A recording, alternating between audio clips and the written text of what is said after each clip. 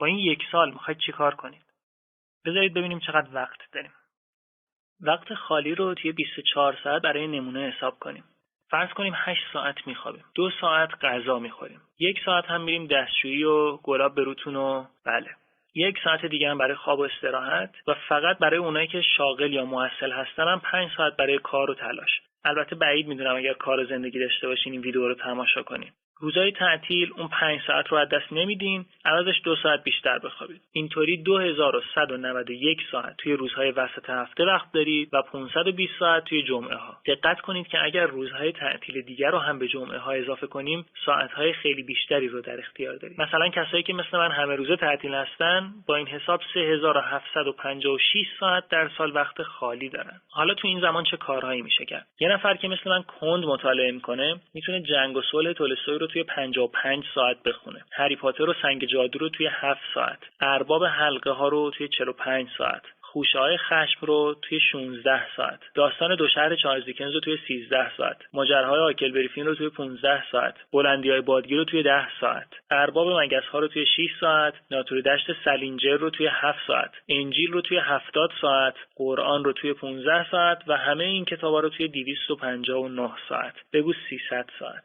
فرض کنید بخواید زبان انگلیسی رو یاد بگیرید. اگر هیچی از انگلیسی بلد نباشید و 3 ترم ABC بخونید و بعد 12 ترم ابتدایی تا پیشرفته رو بگذرونید، 15 ترم 12 جلسه‌ای گذروندید که هر جلسه 1 ساعت و نیم طول میکشه. یعنی 280 ساعت 0 تا 100 انگلیسی. اگر مثل من IQ پایین باشید میگین 400 ساعت. با همین حسابا میتونید اسپانیایی یا فرانسوی یا عربی رو توی 600 ساعت یاد بگیرید. هندی، روسی، عبری یا یونانی رو توی 1200 ساعت. اگر هم بخواید چینی یا ژاپنی یا کره‌ای رو به خوبی خود یانگوم صحبت کنید، 2200 ساعت زمان میبره. این یعنی شما میتونید جنگ و صلح تولستوی، هری پاتر و سنگ جادو، ارباب حلقه ها، خوشه‌های خشم، داستان دو شهر چارلز دیکنز، ماجراهای هاکلبری فین، بلندی‌های بادگیر، ارباب مگس‌ها، ناتور دشت سلینجر، انجیل و قرآن رو بخونید، انگلیسی رو یاد بگیرید، زبان اسپانیایی و فرانسوی و عربی رو هم یاد بگیرید، خواب و غذا و گلاب بروتون دستشوییتون و استراحت و کار و تحصیلاتتون رو هم داشته باشید و علاوه بر تمام وقت‌هایی که ما حساب نکردیم 200 ساعت دیگه هم استراحت کنید. یا عوض این جنگ و صلح تولستوی و هری پاتر 1 و ارباب حلقه ها و خوشه‌های خشم و داستان دو شهر و ماجراهای هاکلبری فین و بلندی‌های بادگیر و ارباب مگس‌ها و ناتور دشت سلینجر و انجیل و قرآن رو بخونید و ژاپنی رو یاد بگیرید، همه کاراتون هم بکنید و باز اون 200 ساعت خورده‌ای رو استراحت کنید. حالا فکر کنید کشیدن یه نقاشی 2 ساعت طول بکشه. بماند که بابراس توی 20 دقیقه منظره می‌کشید. بگو همون 2 ساعت. این یعنی میتونید از اون 200 ساعت هم استفاده کنید و علاوه بر تمام اون کارا و آموزش زبان و کتاب و این حرفا، آخر سال یه گالری با 100 تا اثر هنری از خودتون داشته باشید. اگر 100 ساعتش رو هم صرف یادگیری نقاشی بکنید، باز 50 تا نقاشی توی گالریتون هست.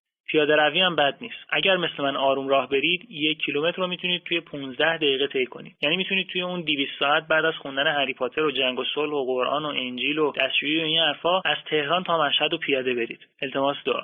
اگر هم تمام 2700 ساعتتون رو بذارید برای پیاده روی، میتونید نصف دیوار چین رو به راحتی پیاده روی کنید. توی این فاصله هم حتما میتونید عکسای قشنگی رو جایگزین گالری نقاشیاتون کنید. حالا با این 1 سال میخواید چیکار کنید؟